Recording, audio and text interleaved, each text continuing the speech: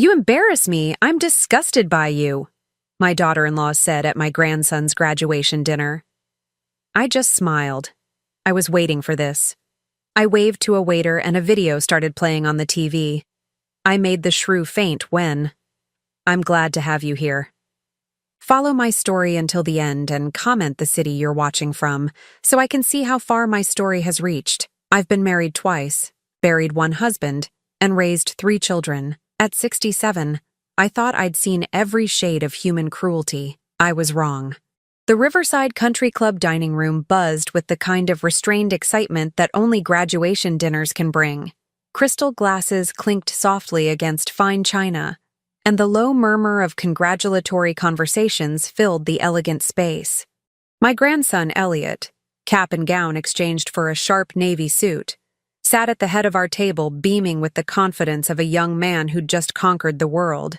Harvard Law School, full scholarship. The pride swelling in my chest felt almost too big for my ribs to contain. Grandma Thelma, did you see Professor Morrison's face when I gave my speech? Elliot leaned toward me, his eyes bright with excitement. I think I actually made him tear up. I reached over and squeezed his hand, feeling the calluses he'd earned from working construction summers to help pay his way. You've always had a gift with words, sweetheart. Your grandfather would have been so proud. That's when the temperature in the room seemed to drop.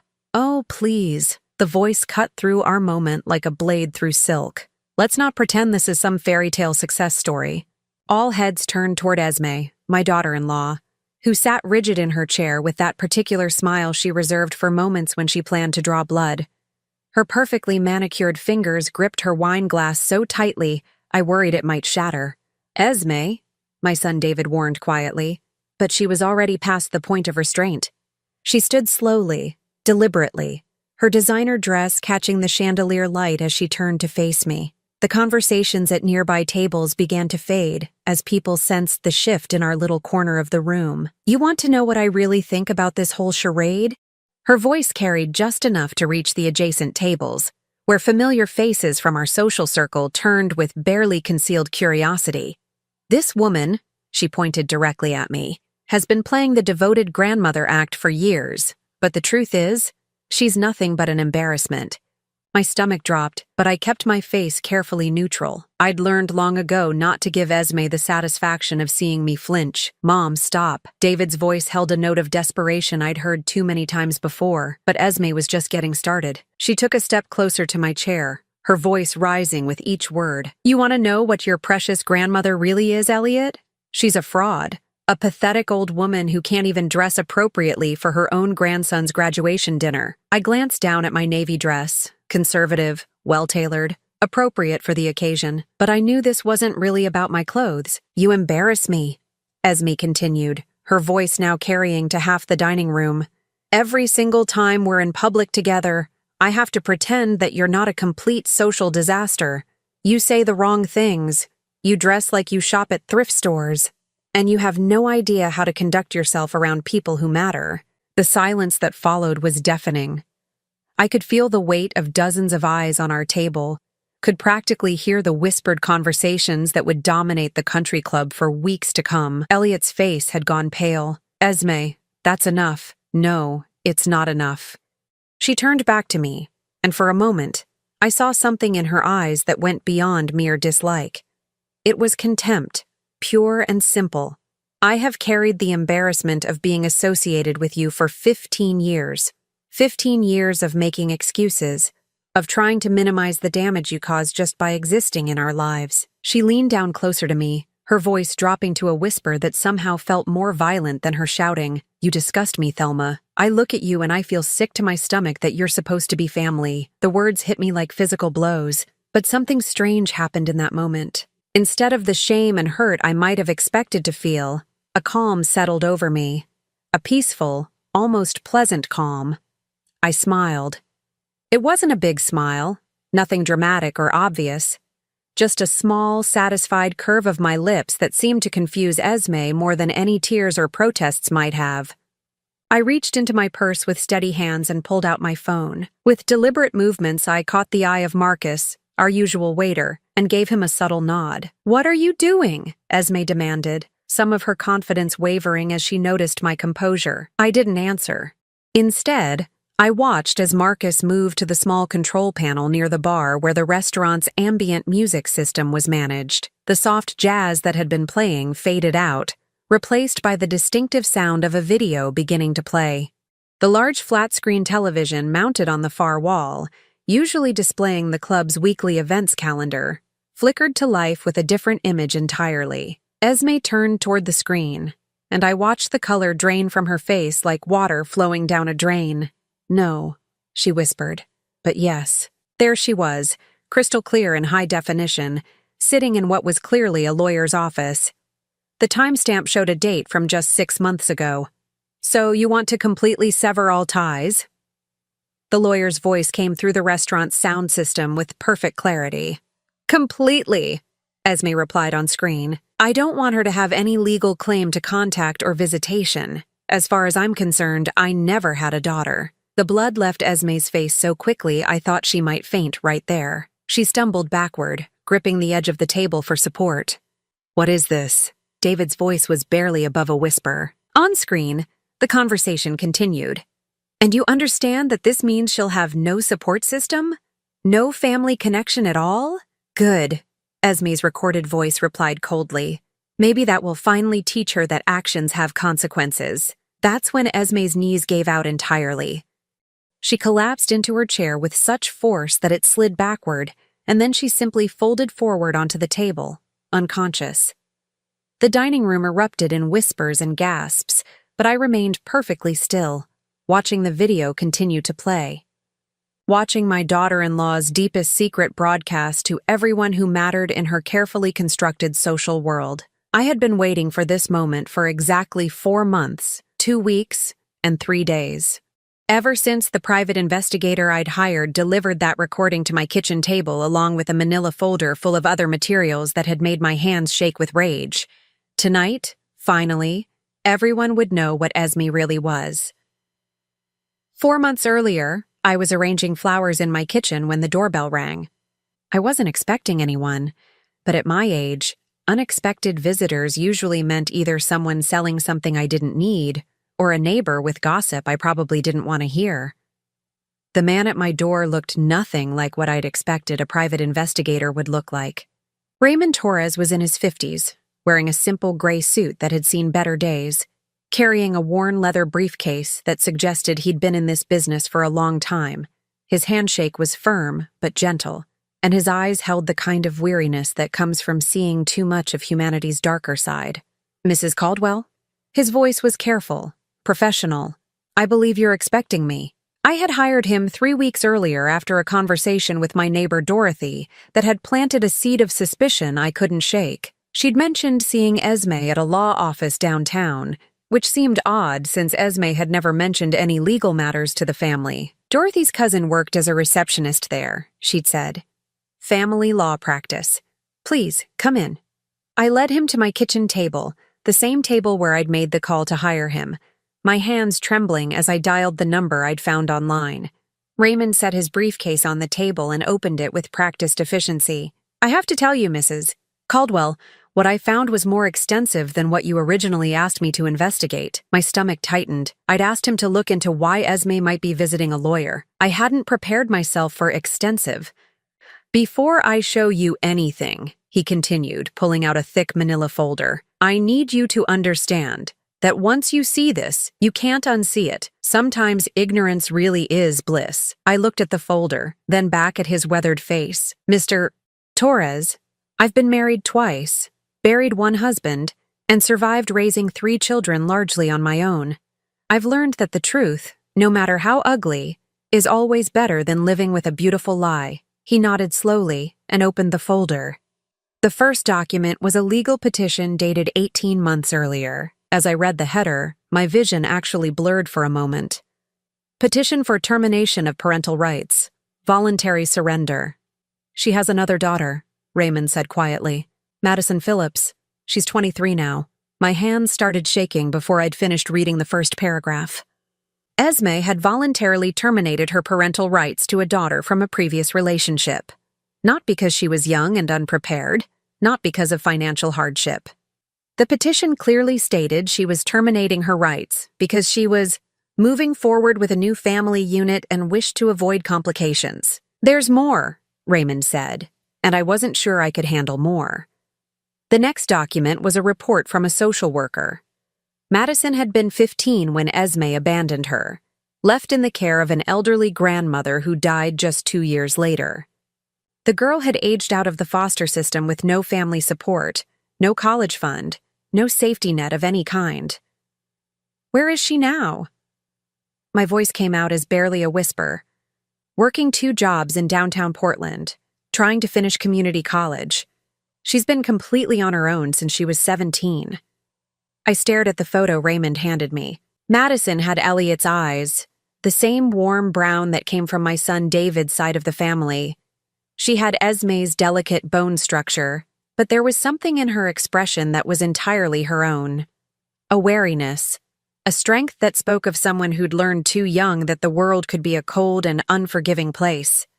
"She doesn't know about your family," Raymond continued. "As far as Madison is concerned, her mother disappeared from her life and never looked back. She has no idea that Esme remarried and had the life that Madison never got to have." The room felt like it was spinning. I gripped the edge of the table trying to process what I was learning. "How did you find all this?" "Public records mostly. Court documents are accessible if you know where to look. I also spoke to some people who knew them before Esme left Portland." He paused, seeming to weigh his words. "Mrs. Caldwell, there's something else you need to know about why she left." I wasn't sure I could take another revelation, but I nodded for him to continue. Madison was getting too old, too independent, starting to ask questions about her father, wanting to know more about her mother's past. According to her former neighbors, Esme seemed to view Madison as a liability rather than a daughter, someone who might interfere with her plans to start fresh. The words hit me like physical blows. I thought about Elliot, about how much love and pride Esme showed him in public. Had that all been performance? Was she capable of loving any child? Or was Elliot just young enough still to be useful to her image? "There's video," Raymond said quietly. "Video?" "I was able to obtain footage from the law office security cameras. Your daughter-in-law was very explicit about her intentions and her feelings toward Madison during her meeting with the attorney." That's when he handed me the USB drive that would change everything. I watched it that night, alone in my living room with the curtains drawn and the door locked. Watching Esme sit in that lawyer's office and speak about her own daughter with such cold detachment made me physically ill. She talked about Madison like she was disposing of an unwanted piece of furniture, but it was more than just the abandonment that horrified me. It was the calculation behind it. Esme had researched the legal process thoroughly. She'd made sure there would be no way for Madison to contact her in the future, no way for her past to interfere with her new life with David and Elliot. She had erased her own daughter with the same casual efficiency that someone might delete old files from a computer. That night, I couldn't sleep. I kept thinking about Madison, working 2 jobs, putting herself through school with no family support. I thought about Elliot, the grandson Esme doted on so publicly, and wondered what would happen if he ever became inconvenient to her image. But mostly, I thought about my son David, who had no idea he'd married a woman capable of abandoning her own child. I knew I had to do something. But what? How do you tell your son that his wife is not who she pretends to be? How do you explain that the woman he loves discarded her own daughter like trash? More importantly, how do you make sure it never happens again? That's when I started planning. I hired Raymond to find Madison, to learn everything he could about her current situation. I discovered she was struggling but determined, working as a night shift security guard and a weekend barista to pay for her classes. She lived in a studio apartment that cost most of her income, but she was making it work through sheer force of will. I also had Raymond continue monitoring Esme's activities. I wanted to know if there were other secrets, other victims of her particular brand of cold calculation. What he found was a pattern that made my blood run cold. Esme had done this before, not abandoned children. Madison was her only child before David, but she had systematically isolated herself from anyone who knew her past, anyone who might contradict the image she wanted to project.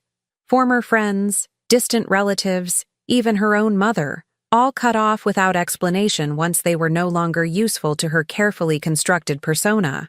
My daughter-in-law was not just selfish or self-centered, she was a predator who specialized in emotional manipulation, and my family was her current hunting ground. I spent weeks agonizing over what to do with this information. Should I tell David immediately? Should I contact Madison? Should I confront Esme directly? But then I remembered something my first husband used to say. The best way to catch a liar is to let them keep talking. So I waited, I watched, I documented, and I started planning for the day when Esme would finally reveal her true nature to everyone who mattered. I didn't have to wait long.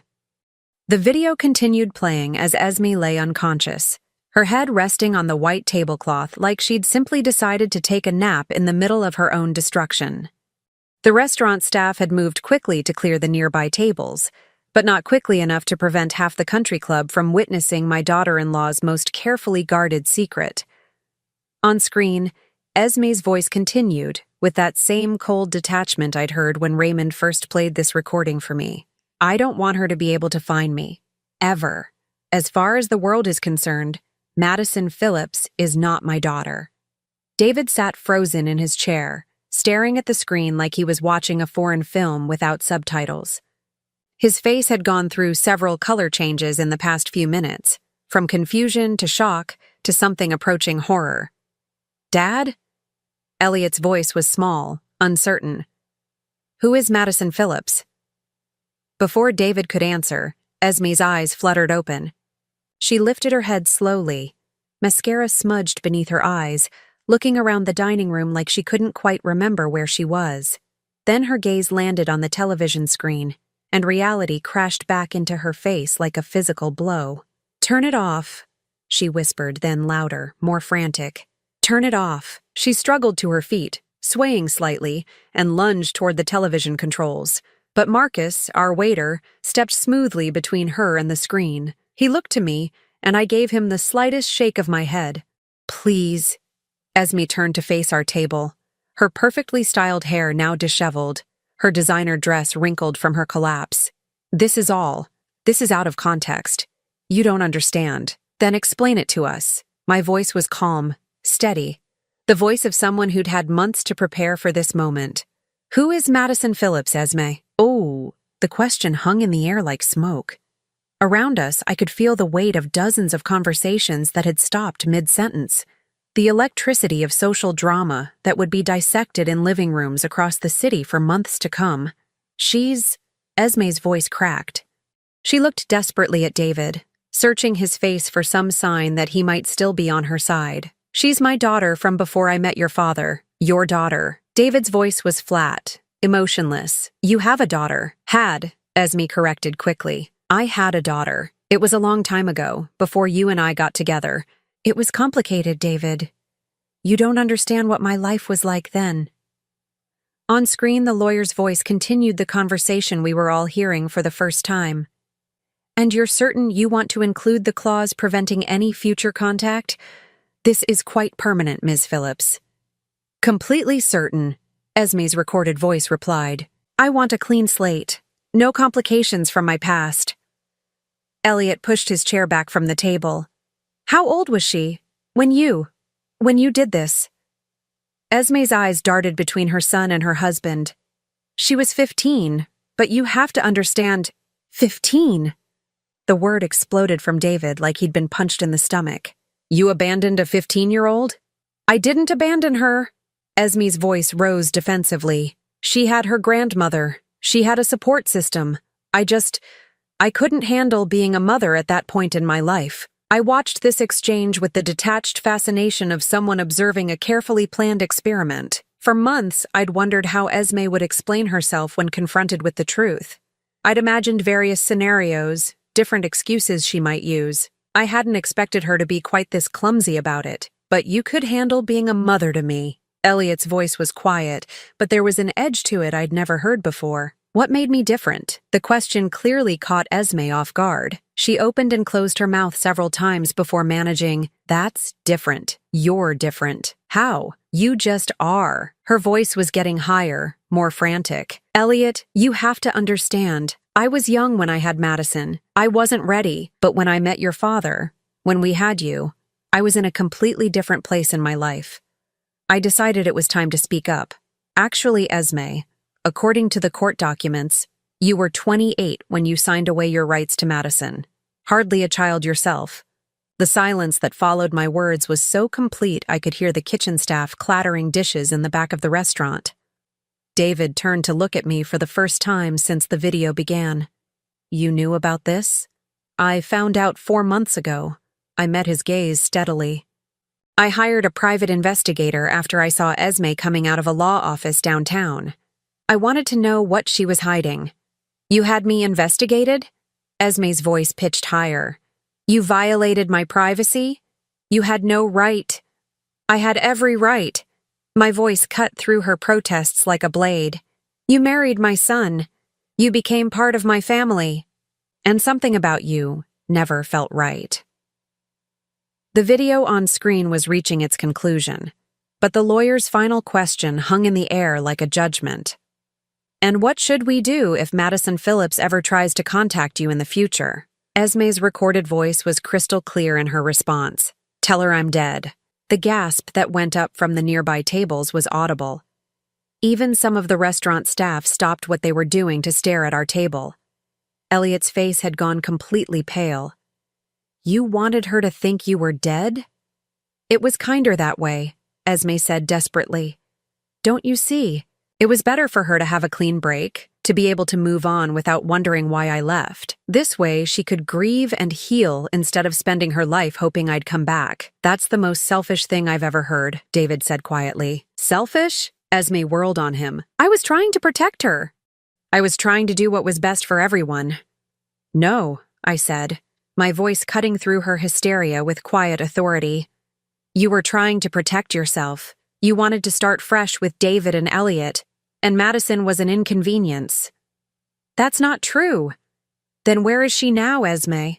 I pulled out my phone and showed her the screen, where I'd pulled up a recent photo Raymond had taken of Madison leaving her night job. Where is this daughter you were supposedly protecting?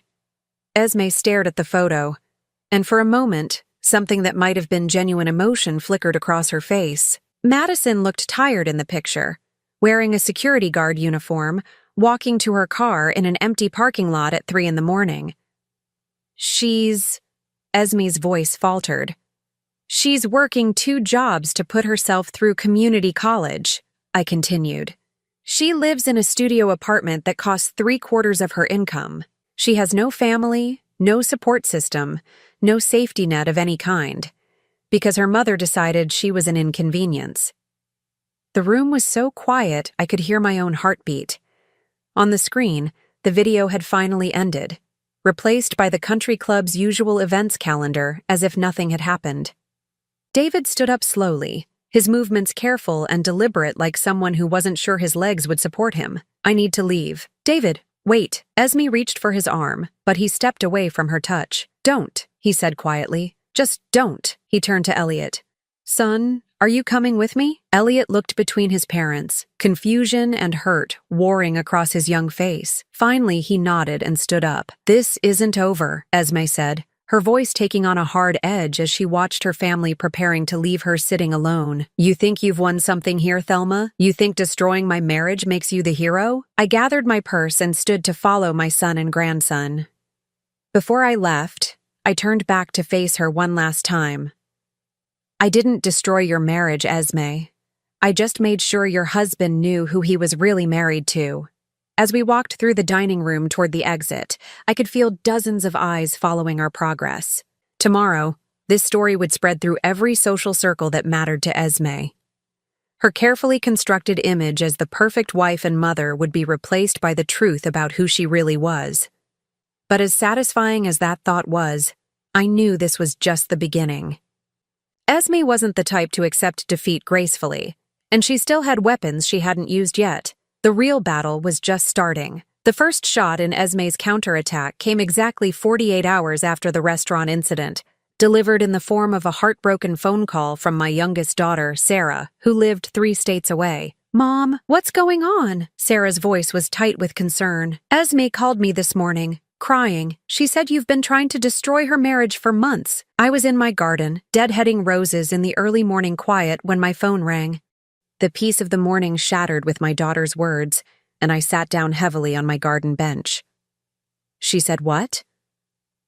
She told me you hired someone to spy on her, that you ambushed her at Elliot's graduation dinner with some kind of setup. Mom, she was sobbing.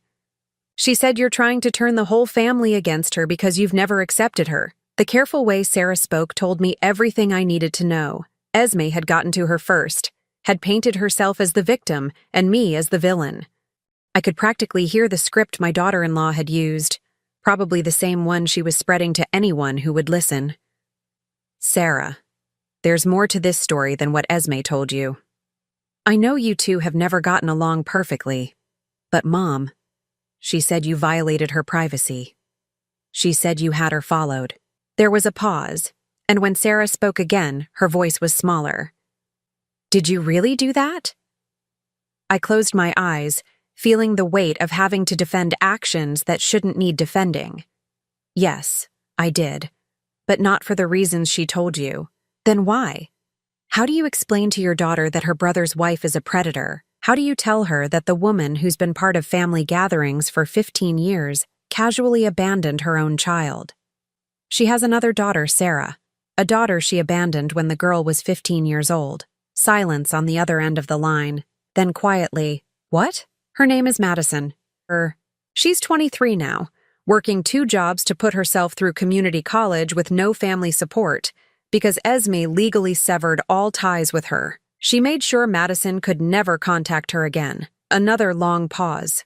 Are you sure? I have court documents, video recordings, everything. Ours. But even as I said it, I could hear the doubt creeping into Sarah's voice. Mom, that seems extreme, even for someone you don't like. Are you sure you're not misunderstanding something? And there it was. The seed Esme had planted was already taking root. My own daughter was questioning my judgment, my motives, my version of events. This was how Esme operated. I'd learned that much from Raymond's investigation. She didn't just abandon people, she systematically destroyed their credibility first, making sure that when the truth came out, it would be dismissed as the vindictive lies of someone with an agenda. After I hung up with Sarah, I sat in my garden for a long time, watching the sun climb higher in the sky and thinking about warfare. Most people think battles are won with dramatic gestures, big moments of triumph. But Esme understood something more sophisticated.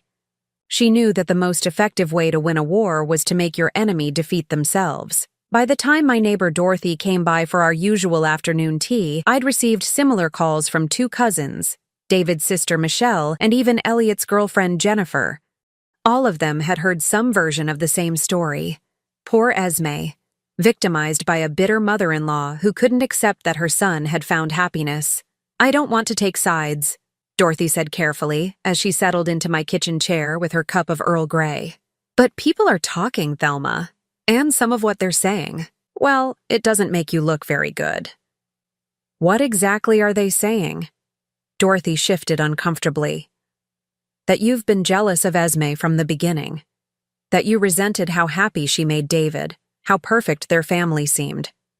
They're saying you hired that investigator to dig up dirt on her, and when you couldn't find anything really damaging, you took things out of context to make her look bad. Out of context? I couldn't keep the edge out of my voice. Dorothy, she abandoned her 15-year-old daughter. She legally erased her own child. How is that out of context? Well, Dorothy said slowly, according to what I heard, the girl was troubled. Acting out, getting into drugs maybe, and Esme was young and scared and thought the girl would be better off with other family members who could handle her better. I stared at my oldest friend, watching her repeat Esme's lies with the conviction of someone who wanted to believe them. Where did you hear that version? Esme called me yesterday. She was so upset, Thelma. She said she'd been planning to tell David about Madison when the time was right, but you forced her hand by making it public. She said the whole situation was more complicated than it looked. Of course, Esme had called Dorothy. She was working her way through my entire support system, rewriting history conversation by conversation. Did she mention that Madison has been completely on her own since she was 17? That she aged out of foster care with no family support? Dorothy frowned. She said the girl chose to cut contact with the family, that Madison was angry about the custody arrangement and refused to maintain relationships. Lies wrapped in just enough plausible detail to sound credible. Esme had clearly spent the last 2 days crafting a narrative that transformed her from predator to victim, from abandoner to abandoned. The really masterful part was how she'd positioned my investigation as the real betrayal. By focusing on my violation of privacy rather than what that investigation had uncovered, she'd made me the villain in my own story. That evening, David called. "Mom, we need to talk." His voice was careful, controlled in a way that made my stomach clench. This wasn't the voice of a son calling his mother. This was the voice of someone who'd been convinced he needed to manage a difficult situation. "Of course, sweetheart. Do you want to come over for dinner?" "Actually, I think it would be better if we met somewhere neutral. How about that coffee shop on Elm Street? Tomorrow at 2? Neutral, as if I were some kind of threat that needed to be contained in a public space. The next afternoon, I arrived at the coffee shop 15 minutes early and chose a table in the back corner where we could talk privately. David walked in exactly at 2, and the way he moved, purposeful, resigned, told me this wasn't going to be the conversation I'd hoped for. He sat down across from me without ordering anything, his hands folded on the table like he was preparing to deliver bad news. "Mom, I've been doing a lot of thinking since graduation night." I imagine you have. The thing is, what you did, having Esme investigated, ambushing her in public like that, it wasn't right. No matter what you found out, that wasn't the way to handle it. I felt something cold settle in my chest. And what would have been the right way, David? You should have come to me privately. We could have talked about it as a family, worked through whatever issues you had with my wife. Issues I had? I repeated carefully. David, this isn't about me not liking Esme. This is about her abandoning her own child. According to Esme, the situation with Madison was more complicated than what you saw in that video. She said she was trying to do what was best for a troubled teenager, and that you deliberately took her words out of context to make her look as bad as possible. There it was, the rewritten history, delivered by my own son with the earnest conviction of someone who desperately wanted to believe it. Did she also tell you that Madison has been working 2 jobs to survive? That she has no family support system at all? David's jaw tightened. She told me that Madison chose to cut off contact with the family, that she was angry about the custody situation and refused to accept help. And you believe that? I believe my wife, he said firmly. And frankly, Mom, the fact that you went to such lengths to dig up her past makes me question your motives. I stared at my son, seeing Esme's handiwork written across his face like graffiti. She'd taken his natural loyalty and twisted it into a weapon against me. My motives? I kept my voice level, but inside I was screaming. David, I was trying to protect this family. From what? From a woman who made some difficult decisions as a young mother? From someone who was trying to start fresh and build a better life? From someone who is capable of abandoning her own child when that child becomes inconvenient? You don't know that's what happened. I know exactly what happened. I have the documentation. Documentation that you obtained by violating her privacy and trust. David leaned forward, his voice taking on an edge I'd rarely heard directed at me. Mom, I need you to understand something. Esme is my wife. She's the mother of my son. And what you did to her was cruel and vindictive. The words hit me like physical blows. My own son, the child I'd raised and sacrificed for, was defending the woman who'd erased her own daughter from existence. So, what happens now? I asked quietly. Now we all try to move forward. Esme has agreed to consider family counseling to work through the issues that led to this situation, but she needs to know that she's safe from future attacks. Attacks? She's afraid of you, Mom. She's afraid of what else you might try to do to hurt her. I almost laughed at the absurdity of it. Esme, afraid of me. The woman who'd systematically destroyed a teenage girl's life was afraid of a 67-year-old grandmother who'd simply exposed the truth. And what about Madison? I asked. David's expression softened slightly. If what you say about her situation is true, then maybe we can find a way to help her. But that's something Esme and I need to decide together, as a family. As a family, the phrase stung because it made clear exactly where I stood in this new dynamic. I was no longer part of the inner circle. I was now an outsider, whose opinion might be consulted but whose judgment was no longer trusted. As David left that coffee shop, I realized that Esme had won the first round of this war more decisively than I'd imagined possible. She hadn't just survived my revelation. She'd used it to isolate me from my own family. But what she didn't understand was that I'd been fighting battles longer than she'd been alive, and I wasn't nearly finished yet. 2 weeks after my devastating coffee shop conversation with David, I was in my kitchen making dinner for one when the doorbell rang. It was nearly 7 in the evening, and I wasn't expecting anyone. Since the graduation dinner incident, my social calendar had become notably lighter, as people in my circle tried to navigate the awkward waters of choosing sides in a family drama they didn't fully understand. When I opened the door, I found myself face to face with a young woman who took my breath away. She had David's eyes and Esme's delicate bone structure, but there was something in her expression that was entirely her own, a quiet strength mixed with nervous determination. "Mrs. Caldwell? My name is Madison Phillips. I think we need to talk." My legs nearly gave out. After months of investigating her life from a distance, seeing her standing on my doorstep felt surreal, like a character from a book had stepped into reality. "Madison." I gripped the doorframe to steady myself. "How did you find me?" "It wasn't easy." She shifted a worn backpack on her shoulder.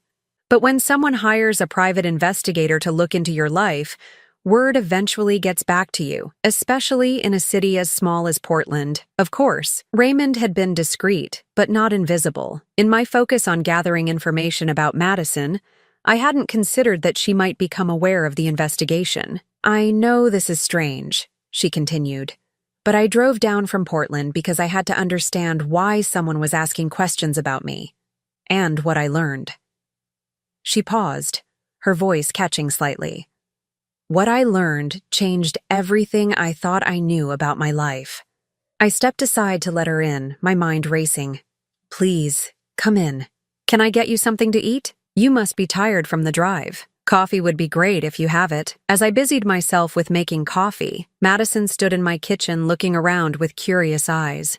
She was smaller than I'd expected from Raymond's photos, probably barely 5'3", but there was a presence about her that filled the room. "So you're Esme's mother-in-law," she said finally. "I am, and you're her daughter." Apparently, the word came out bitter. Though I spent the last 8 years believing she was dead, I nearly dropped the coffee pot. "What?" Madison sat down at my kitchen table, the same table where Raymond had first shown me the documents that exposed Esme's lies. "When I aged out of foster care, I tried to find her.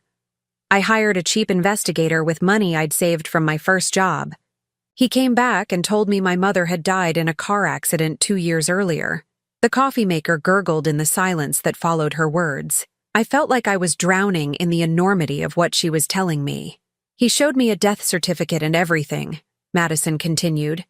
"Said he'd tracked down her last known address and found records of her death. I grieved for her, Mrs. Caldwell. I spent 3 years going to therapy to work through my feelings about losing a mother I'd barely known. But she wasn't dead. No, she was here, playing happy family with your son and grandson while I was working night shifts to pay for community college classes." Madison's voice was steady, but I could see her hands trembling slightly around her coffee cup. "Do you know what it's like to find out that your mother not only abandoned you, but paid someone to make you believe she was dead?" The room spun slightly as the full scope of Esme's cruelty hit me. It wasn't enough for her to abandon Madison. She'd had to make sure the girl could never find her, never disrupt her new life. "How did you find out the truth?" "Your investigator was good, but not perfect. When he started asking questions in Portland, it got back to the woman who used to clean my grandmother's house. She remembered me, remembered my situation. She also remembered that my mother had paid her to spread the story about the car accident if anyone ever came looking." I sat down heavily across from Madison, feeling physically sick. She paid someone to fake her own death? A few $100s to make sure her past stayed buried. Madison's laugh was hollow. Cheaper than child support, I guess. Madison, I'm so sorry. I had no idea she'd gone that far. It's not your fault. Madison studied my face carefully. But I need to understand why you were investigating me. What does my mother's abandoned daughter have to do with your family? So I told her everything. About the private investigator, about the video, about the confrontation at the restaurant. I told her about David's refusal to believe the truth, about how Esme had managed to paint herself as the victim in her own story. When I finished, Madison sat quietly for a long time, processing what I'd shared. She has a son, she said finally, my half-brother. Elliot? He's 22, just graduated from Harvard Law School. And he doesn't know about me. He does now. He was there when the video played. Madison nodded slowly. What did he say? He was shocked, confused. But Esme has been working very hard to control the narrative since then. She's convinced most of the family that the situation was more complicated than it appeared. Complicated how? I hesitated, not wanting to repeat Esme's lies, but Madison needed to know what she was up against. She's telling people you were troubled, that you had substance abuse issues and were acting out. She's saying she made the difficult decision to let you be raised by family members who could better handle your problems. Madison's coffee cup hit the table with enough force to slosh liquid over the rim. Substance abuse? Acting out? Her voice rose with indignation. Mrs. Caldwell, I was 15 years old, and my mother disappeared from my life without explanation. My grandmother was 78 and had arthritis so bad she could barely take care of herself. I was getting A's in school and working a part-time job to help pay for groceries. I know. I've seen your school records. Then you know she's lying. I do. But unfortunately, my family seems more inclined to believe her version. Madison stood up and walked to my kitchen window, staring out at the garden where I'd been working when Sarah called to tell me about Esme's damage control campaign. I want to meet them, she said finally. Who? My half-brother. Your son. I want them to hear the truth from me directly. My stomach clenched with worry. Madison, I don't think that's a good idea. Esme has had weeks to prepare them for something like this. She'll have an explanation ready. Then I guess we'll see how convincing her explanations are when I'm standing right there to contradict them. There was something in Madison's voice that reminded me of myself at her age. A quiet determination that wouldn't be swayed by other people's comfort or convenience. What do you want from this? I asked gently. What are you hoping to accomplish? Madison turned back to face me, and I saw tears gathering in her eyes for the first time since she'd arrived. I want my half-brother to know that I exist. I want him to know that our mother is capable of erasing her own children when they become inconvenient.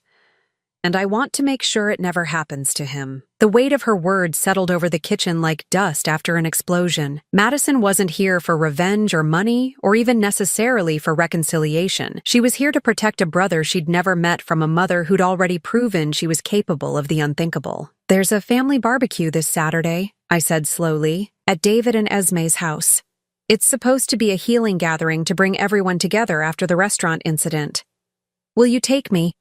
I thought about David's anger, about Esme's carefully constructed victim narrative, about the way my own family had turned against me in the space of a few weeks. Yes, I said. I'll take you. Because sometimes the only way to fight a lie is to drag the truth into the same room and let them battle it out face to face. The next Saturday arrived gray and drizzly, the kind of Pacific Northwest weather that makes everything feel heavy and uncertain. Madison had driven down from Portland again, this time with a small suitcase, prepared to stay through the weekend if necessary. We sat in my car outside David's house for several minutes, watching through the windows as my family moved around inside, preparing for their healing gathering. Are you ready for this? I asked Madison. She smoothed down her simple blue dress, the kind of outfit someone wears when they want to look respectable but can't afford anything fancy. No, but I don't think I'll ever be ready, so we might as well get it over with.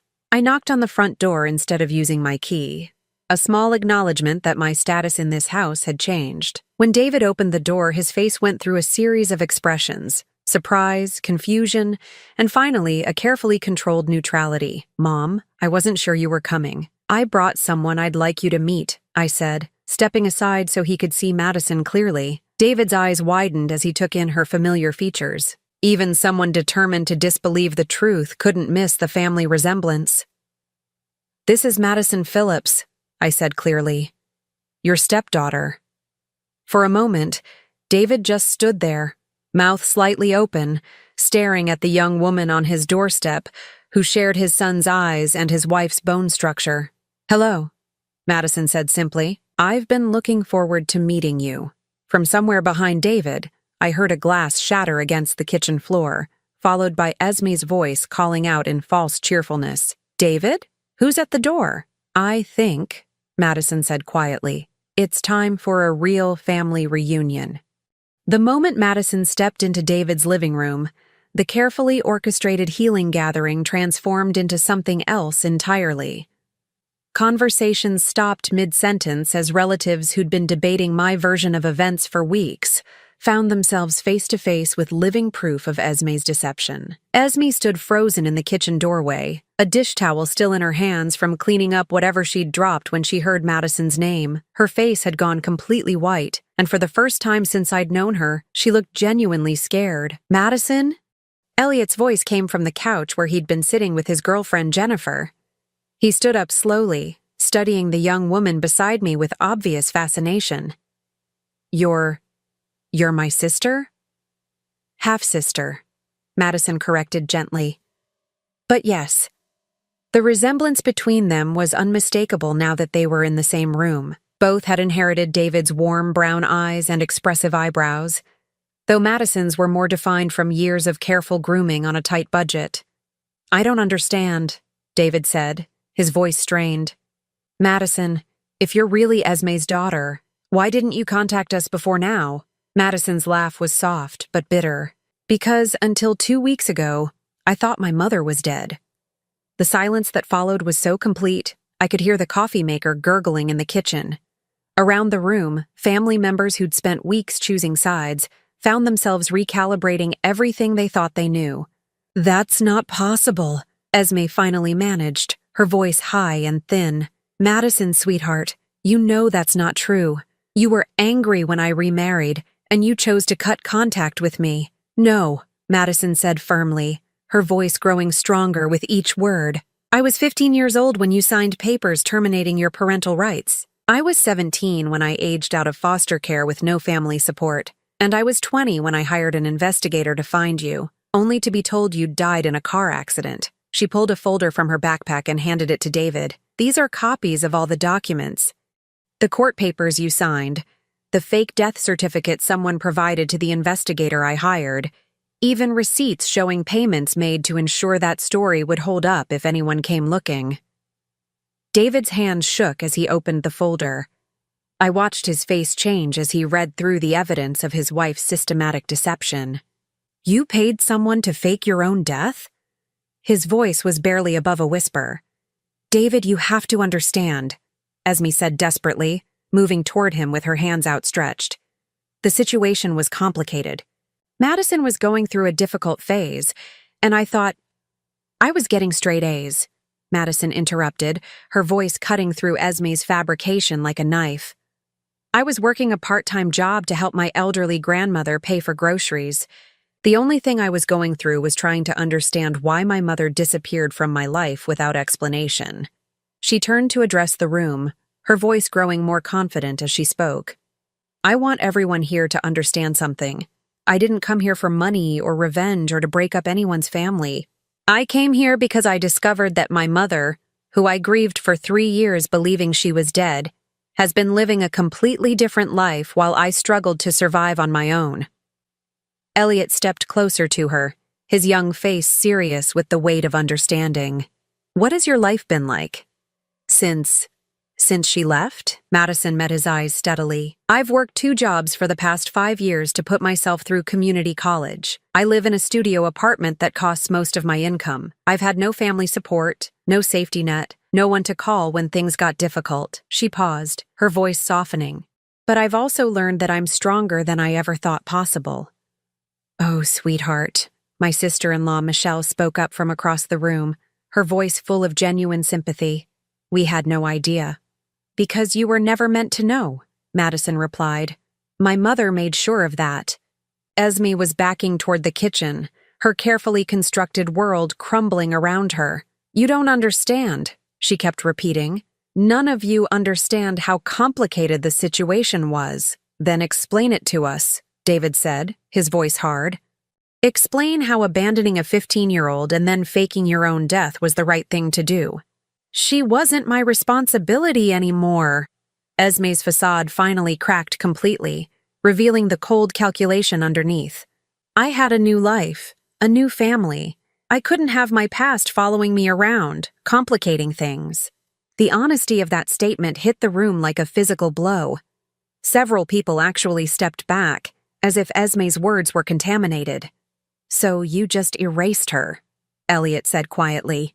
You erased your own daughter. I did what I had to do. Esme's voice was rising to a near shriek.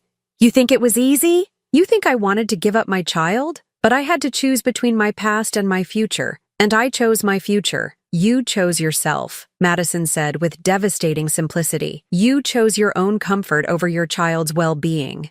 David set the folder down on the coffee table and looked at his wife with an expression I'd never seen before. Not anger, not disappointment, but complete recognition of who she really was. Get out, he said quietly. David, please, get out of my house. Get out of my life. Get away from my family. Your family? Esme's voice turned vicious. Half of everything in this house is mine. Half of your assets, half of your retirement. You can't just throw me out. Actually, David said with grim satisfaction, I can. The prenup you insisted on works both ways, Esme. If either spouse commits fraud or engages in behavior that materially misrepresents their character, the marriage can be dissolved with no financial obligations. Esme's face went pale. You wouldn't. Abandoning your child and faking your own death to hide it from your new family seems like material misrepresentation to me, David continued. I'll have my lawyer contact you about the divorce proceedings. I watched Esme look around the room, searching for even one sympathetic face. She found none. Even the relatives who'd been most willing to give her the benefit of the doubt were now staring at her with undisguised revulsion. You'll regret this, she said finally, her voice low and dangerous. All of you. You have no idea what you're throwing away. A liar and a child abandoner? Madison spoke up. I think we'll manage. After Esme left, slamming the door behind her with enough force to rattle the windows, the family spent the rest of the evening getting to know Madison. She told them about her life in Portland, about her job as a night security guard, and her dreams of becoming a social worker. She showed them pictures of the small apartment she was so proud of, the first place that had ever truly belonged to her. But what struck me most was how naturally she fit into our family dynamic. She had David's dry sense of humor and his practical approach to problems. She shared Elliot's love of books and his quiet intensity when discussing things that mattered to her. Watching my grandson and his half-sister discover their connection was like watching two pieces of a puzzle finally click into place. I can't believe I have a sister, Elliot said at one point, shaking his head in wonder. Half-sister, Madison corrected again, but she was smiling. Sister, he insisted. The half part is just biology. Sisters are about choice. 6 months later, I stood in my kitchen making Sunday dinner for a larger crowd than I'd cooked for in years. Madison had transferred to a school closer to us, and David was helping her with tuition. Elliot had convinced her to move into the guest room at his apartment, claiming he needed a study partner for the bar exam. The divorce had been finalized with surprising speed once David's lawyer presented evidence of Esme's deception. She'd disappeared from our lives as thoroughly as she'd once disappeared from Madison's, leaving behind only the memories of the damage she'd tried to inflict. But perhaps the most satisfying change was in my relationship with my family. The crisis had stripped away all the polite pretenses and careful social maneuvering that had characterized our interactions for years. We were closer now, more honest with each other, more willing to have difficult conversations. Grandma Thelma? Madison appeared in my kitchen doorway, holding a bottle of wine. David sent me to ask if you need help with anything. I smiled at the title she'd chosen for me. Not Mrs. Caldwell, not Thelma, but Grandma. A designation that acknowledged her place in our family structure while respecting the relationship she'd built with my son and grandson. I think we're almost ready. I said, checking the roast in the oven. How are you settling in at school? Better than I expected. She leaned against the counter, relaxed in a way I'd never seen during those first tense meetings. It's strange, having people who care about whether I succeed or fail. I'm still getting used to it. Good strange or bad strange? Definitely good. She paused, then added quietly, thank you, for everything, for investigating, for confronting her, for bringing me into this family. I know it wasn't easy. I studied her face, seeing not just the young woman she'd become, but glimpses of the frightened 15-year-old who'd been abandoned, the determined 17-year-old who'd aged out of foster care, the hopeful 20-year-old who'd grieved for a mother who was never really dead. You did the hard part, I told her. You survived. You built a life for yourself with no help from anyone. All I did was make sure the truth came to light. All you did, Madison repeated with a smile, was save me from spending the rest of my life believing I wasn't worth loving. From the dining room, I could hear David and Elliot debating something with the passionate intensity that seemed to run in our family. The sound of their voices, now joined by Madison's laugh, filled my house with a warmth I hadn't felt in years. Esme had tried to erase Madison from existence, to protect her perfect life from the inconvenience of her past choices. But in the end, her cruelty had only brought our family closer together. Madison wasn't a liability to be hidden. She was the missing piece we'd never known we needed. As we sat down to dinner that Sunday, I looked around the table at my son, my grandson, and the granddaughter I'd gained through tragedy and truth. This wasn't the family Esme had tried to build through lies and manipulation. This was better. This was real. Now I'm curious about you who listened to my story. What would you do if you were in my place? Have you ever been through something similar? Comment below, and meanwhile, I'm leaving on the final screen 2 other stories that are channel favorites, and they will definitely surprise you. Thank you for watching until here.